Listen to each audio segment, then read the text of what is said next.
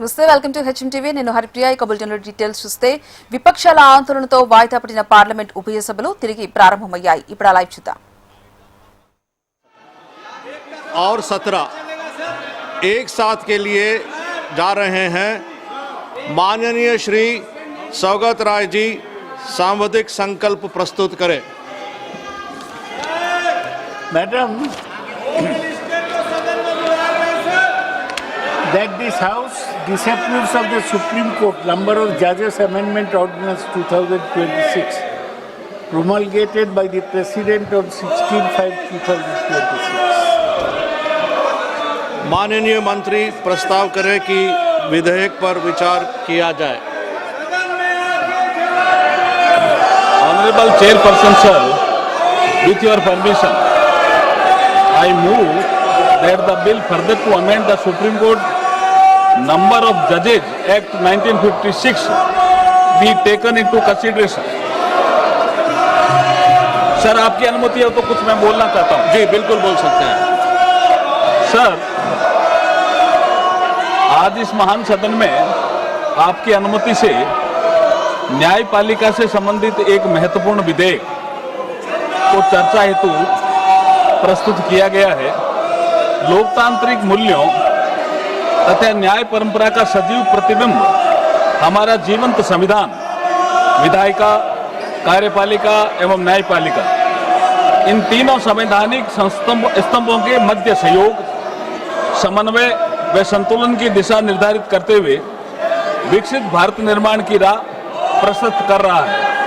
आज माननीय प्रधानमंत्री श्री नरेंद्र मोदी जी के दूरदर्शी नेतृत्व में Bharat reform, perform and transform के मंत्र को आत्मसात करते हुए सामान्य मानवीय के जीवन से जुड़े लगभग प्रत्येक क्षेत्र में व्यापक सकारात्मक एवं संरचनात्मक परिवर्तन का साक्षी बनाए।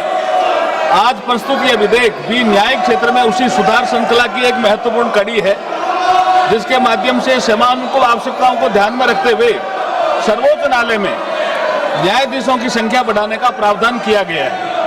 माननीय सभापति महोदय, संविधान के आर्टिकल 124A में सर्वोच्च न्यायालय की संरचना तथा न्यायाधीशों की संख्या के निर्धारण का प्रावधान किया गया है। संविधान लागू होने के समय माननीय सर्वोच्च न्यायालय में मुख्य न्यायाधीश सहित कुल 8 न्यायाधीश का प्रावधान किया गया था। तत्पश्चात स्वतंत्र भारत की बदलती आवश्यकताओं एवं न्यायिक दायित्वों के विस्तार के साथ न्यायाधीशों की संख्या बढ़ाने की आवश्यकता महसूस की गई और इसी आर्टिकल 124A की मूल भावना के अनुरूप अगस्त 1956 में तत्कालीन गृह मंत्री श्री जीवी पंत द्वारा the supreme court number of जजेज एक्ट 1956 इस सदन में प्रस्तुत किया गया, जिसके परिणाम स्वरूप मुख्य न्यायाधीश सहित न्यायाधीशों की संख्या बढ़कर 11 कर दी गई।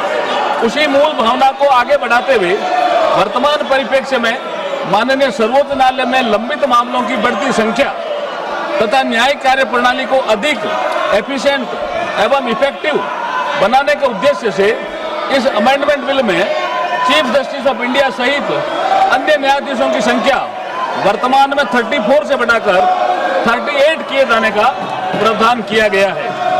माननीय अध्यक्ष महोदय, सर्वोच्च न्यायालय में कॉन्स्टिट्यूशनल बेंचेज के गठन के कारण नियमित मामलों की सुनवाई में उपलब्ध न्यायाधीशों की संख्या स्वाभाविक रूप से कम हो जाती है।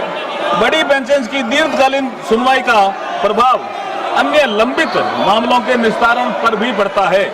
मैं एक मामले की जानकारी आपको देना चाहता हूं।